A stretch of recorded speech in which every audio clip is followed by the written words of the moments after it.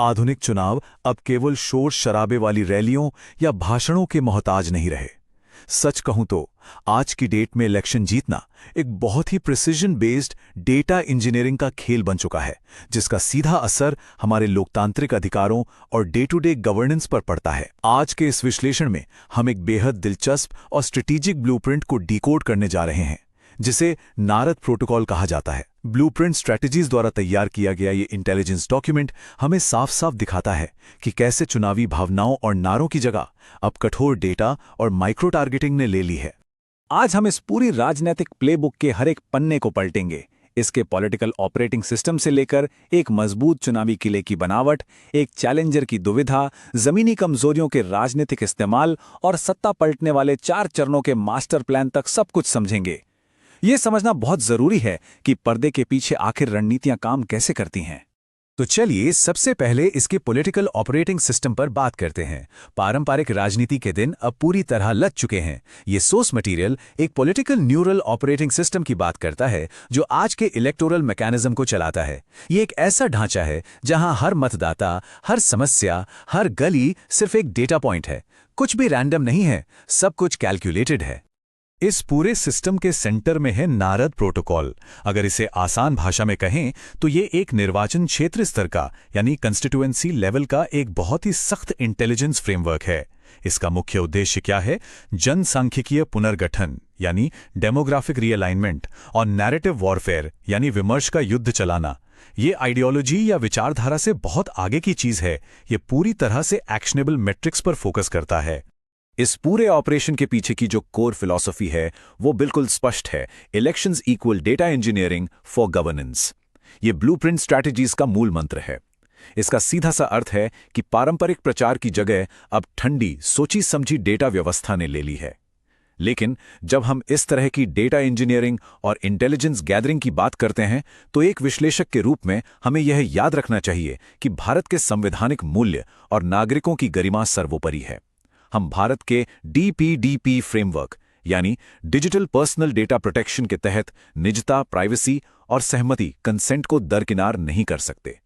ये सिर्फ नंबर नहीं है, ये इंसान है और एक जिम्मेदार लोकतंत्र में उनके अधिकारों और डेटा का सम्मान होना ही चाहिए। आइए अब इस थियरी को एक रियल बैटल ग्राउंड पर टेस्ट करके देखते हैं। हमारी रिपोर्ट में बिहार के सुल्तानगंज निर्वाचन क्षेत्र, जिसे AC 157 भी कहा जाता है, का एक डीप डाइव केस स्टडी दिया गया है। इस रिपोर्ट में सुल्तानगंज को सिर्फ एक सीट नहीं बल्कि एक अभेद्य चुनावी किले के रूप में डिफाइन किया गया है। और ये किला कितना मजबूत है, इस नंबर को देखिए, 31,136। ये कोई मामूली आंकड़ा नहीं है।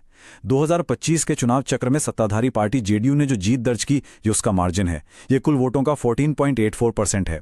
किसी भी पॉलिटिकल स्ट्रेटेजी से पूछिए, वो आपको बताएगा कि ये मार्जिन एक दीवार की तरह है जिसे तोड़ना लगभग नामुमकिन लगता है। अगर हम वोट शेयर के ब्रेकडाउन को देखें तो तस्वीर और भी साफ हो जाती है। JDU ने 51.81% की पूर्ण बहुमत वाली हिस्सेदारी हासिल की, जबकि मुख्य विपक्षी RJD 36.97% पर सिमट गई। रिपोर्ट साफ बताती है कि यह विशाल जीत EBC यानी अत्यंत पिछड़ा वर्ग, विशेषकर मंडल कम्युनिटी के एक तरफा ध्रुवीकरण की वजह से मिली। यानी पारंपरिक मुस्लिम यादव समीकरण विपक्ष को उस 40% के जादुई आंकड़े के पार ले जाने के लिए मैथमेटिकली काफी नहीं है। अब यहां एक बहुत ही चौंकाने वाला विरोधाभास या कहें कॉन्ट्रास्ट सामने आता है।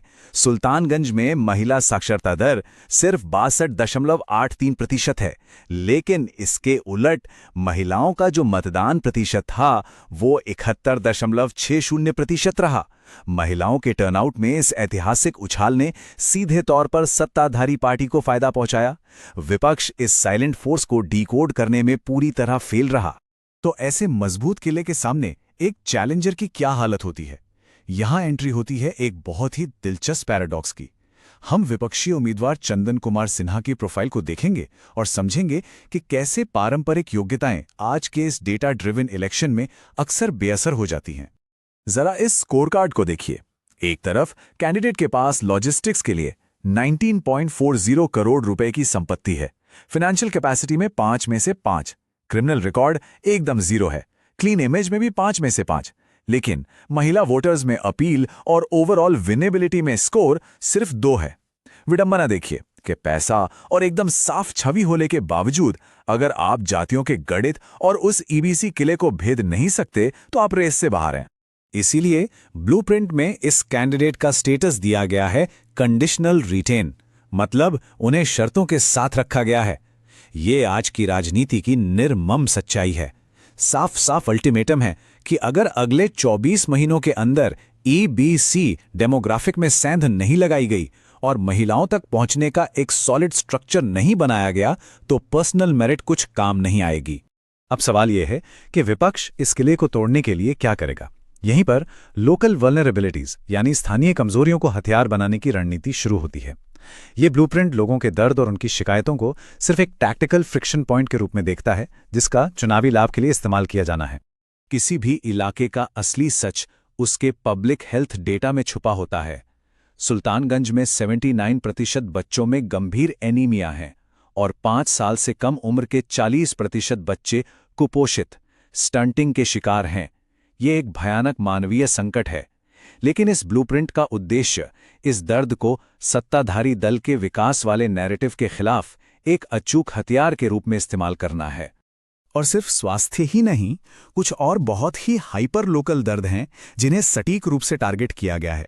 NH80 पर गंगा की बाढ़ से लोगों का बेघर होना, खेतों में जल भराव से फसल की बर्बादी, रोजगार के लिए पुरुषों का बड़े पैमाने पर पलायन और एक नए ग्रीनफील्ड एयरपोर्ट के लिए 931 एकड़ जमीन अधिग्रहण का डर। प्रोटोकॉल साफ कहता है कि इन जमीनी हकीकतों का इस्तेमाल करके ही सत्ताधारी गठबंधन की ढाल को तोड़ा जा सकता है। तो इन सब कमजोरियों को एक रणनीति में कैसे पिरोया जाए, इसके लिए प्रोटोकॉल एक बहुत ही अग्रेसिव मल्टी ईयर प्लान पेश करता है, the 4 phase take over blueprint. इसे फेज्ड लैडर रणनीति भी कहा जाता है, जिसका मकसद मौजूदा चुनावी किले को ईंट दर ईंट बहुत ही सिस्टमैटिक तरीके से गिराना है। चुनाव की तैयारी कोई रातों रात का काम नहीं है। देखिए इसकी टाइमलाइन।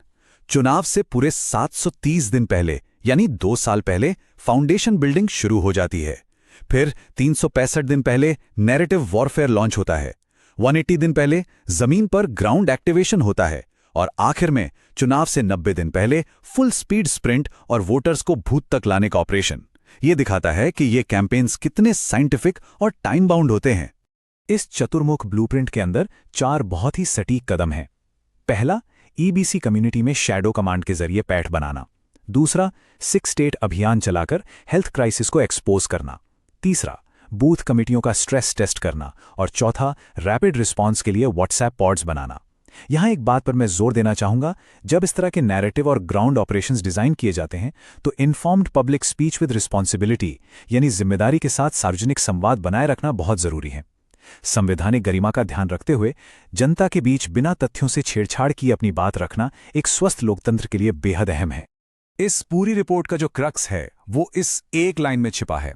सत्ताधारी प्रशासन द्वारा थोपा गया विकास का व्यापक विमर्श एक गहरे ग्रामीण संकट की वास्तविकता को छुपाता है।